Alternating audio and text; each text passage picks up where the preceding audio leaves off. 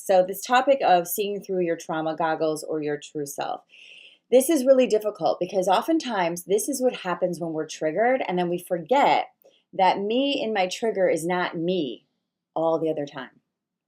So often as children, we are identifying with our shame, with our trigger, and then we just think that's who we are. That's our identity. What I want you to see is you are not your trauma. Your trauma is something that happened to you that's been invalidated. And the more we validate the trauma, the less the goggles are so clear, right?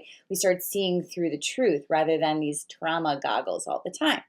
So when you're in trauma or in a trigger, what you really have to realize is if I'm having fear thoughts, if I'm having a lot of times people will come to me and say, I feel paranoid. If you're having paranoid thoughts, if you're like, this person is dangerous, those things may be true, but if you're in your trigger, I would pause before I react, before I respond. Now, that's the hardest thing. You're going to be like, well,